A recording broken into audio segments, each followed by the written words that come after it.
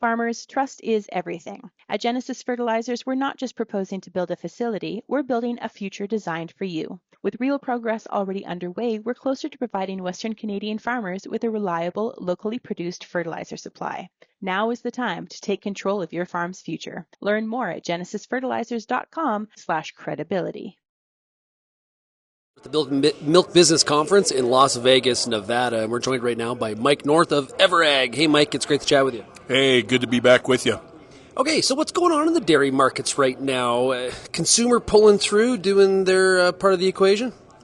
Well, of late, not so much. And it was the perfect storm this summer with tight milk supply, short heifer replacement numbers, a bird flu issue, heat stress across the country, met by some big exports that were sucking a lot of fresh cheese out of the marketplace, and we ran the block to $2.20 and the barrel to $2.60.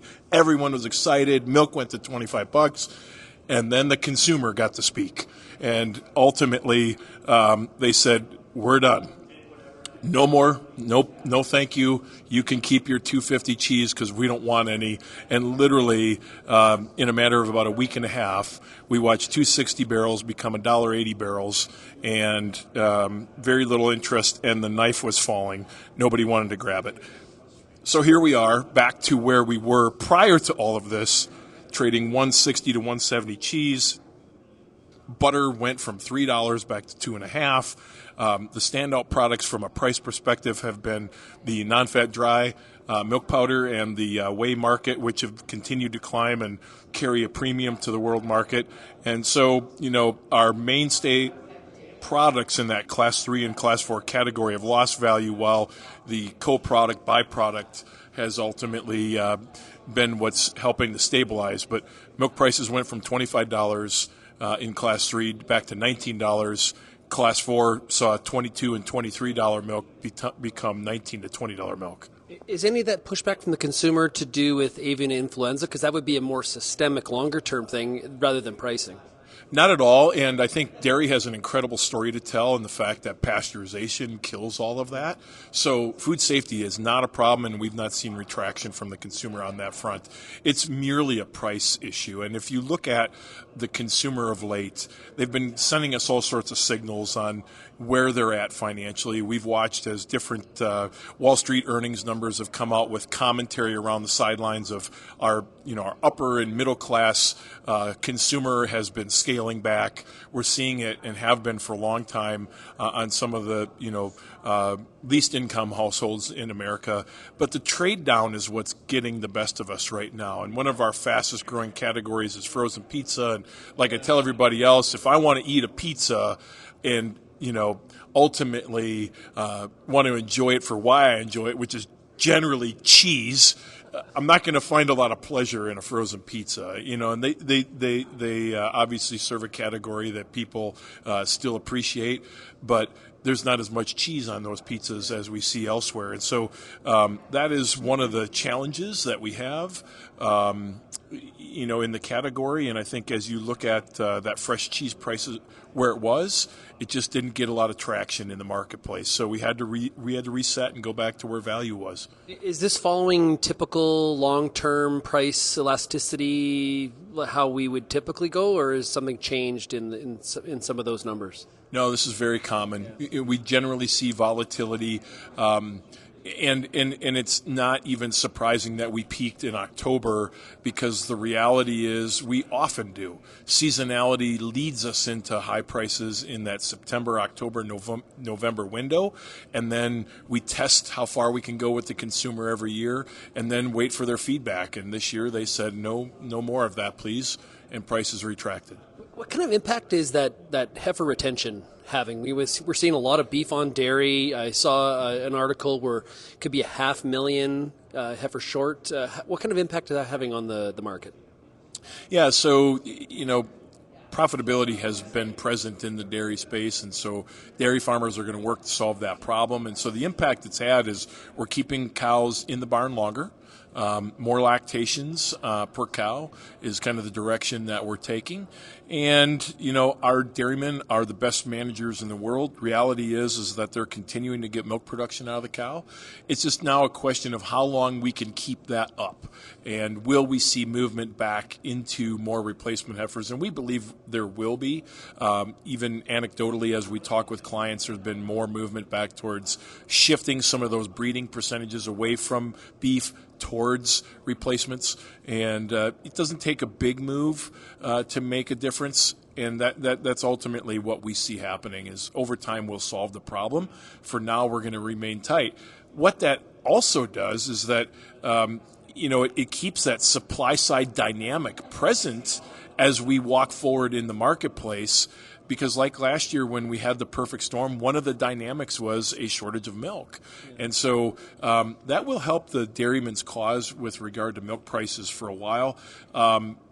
But, I think the other thing we have to recognize is that feed prices have come down substantially from where we were a couple of years ago when the beef on dairy conversation really took off. And do I really want to put that heifer on feed for the next 18 months plus, feeding her when I can, put beef semen in a cow and drop a calf that I'm going to get paid $600, $700, $800, $900, $1,000 for when it's just a few days old? I'll move to the beef side, please. And so now that's starting to shift a little bit with feed costs readjusting. Corn prices coming back from $6.50, $7 to be, $4. Meal coming off of that $450 to $500 mark to back under $300 a ton. We're seeing hay prices readjust as well. So a lot of that opportunity has shifted, as much because of the opportunity in milk price and the fact that we have feed prices a whole lot cheaper, and I can justify my efforts. And I think this almost becomes a conversation about who's in the space in the future. And I like to say it this way: the closer someone is to 100% beef breeding, the less likely they're probably in the space a decade from now. Because the reality of that particular model is that at some point we even need to replace the cow that's dropping that beef calf on the ground. And am I going to run back in and buy a $3,000 to $4,000 animal so that I can breed it to beef? That becomes a big conversation. And so, while we're going to continue to breed beef in our space, I think a lot of people are looking at, hey, what is my plan for the future? Do I need more replacements? Am I going to start a new site? Am I going to build a new barn? What does that look like in my operation? And I need to plan accordingly. And so there's been some people that have obviously been caught because of that shortage of replacements. And we've taught ourselves now going through this particular environment that, we need to be conscious of that as we look at the future.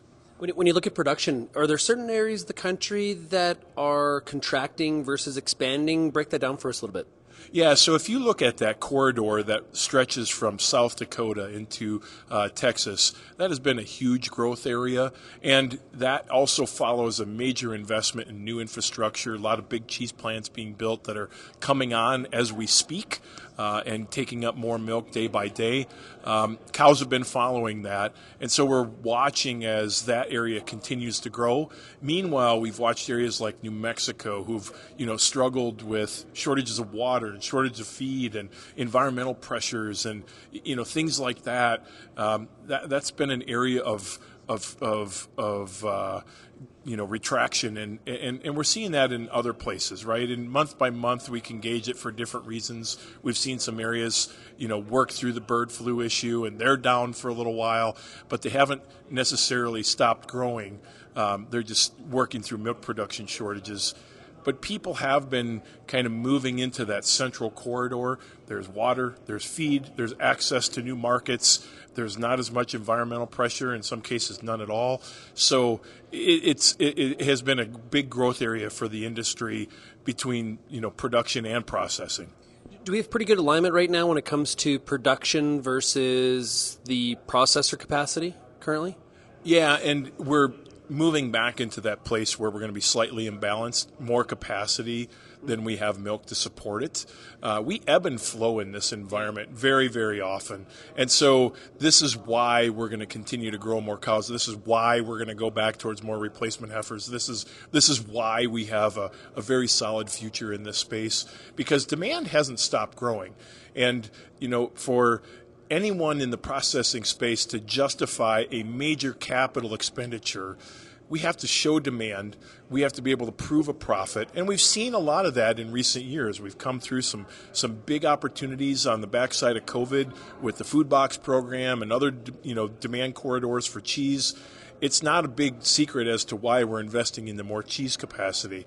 And as much as we hate to talk about the declining category of Class 1 fluid consumption, our growth in cheese continues every single year, and we watch the consumer demand cheese in a lot of categories, more mozzarella these days than cheddar, the days of old. But that's a growth opportunity that will continue to open up new processing capacity over time, which will invite more cows around that infrastructure. And, that's how we go. More capacity right now, though, opens the door for better opportunities for dairymen. Yeah, and to wrap up, I want to ask you about, with the incoming administration, do we see any policy changes or impacts that potentially impact this dairy market? Of course, in other commodities, they're talking a lot about, the role potentially that RFK could have. Is there anything dairy-wise that's kind of concern?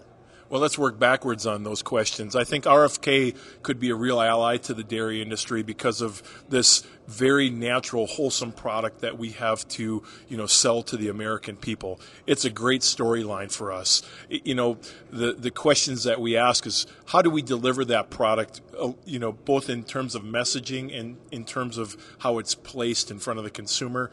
Protein's obviously been a big discussion in our society for the last several years, and dairy protein has been a very, very great product to satisfy that demand.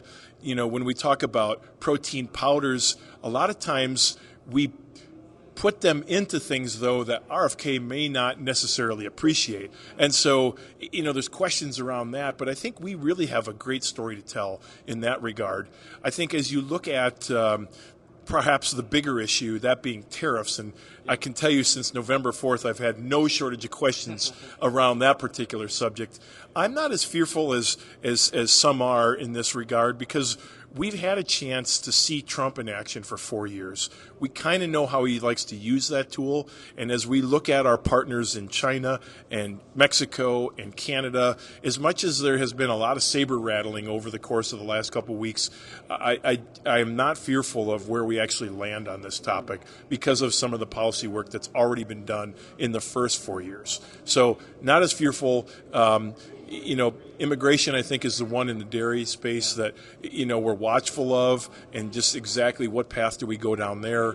I think we all want the same thing, so I think we can work through, a path of resolution there, but that's not to say people aren't a little scared about it right now. Well, Mike, when it comes to the dairy markets, you are the best, man. I really appreciate you taking some time here for us. All the best to you. Enjoy the rest of the conference. Oh, I will. Thank you, Shaun.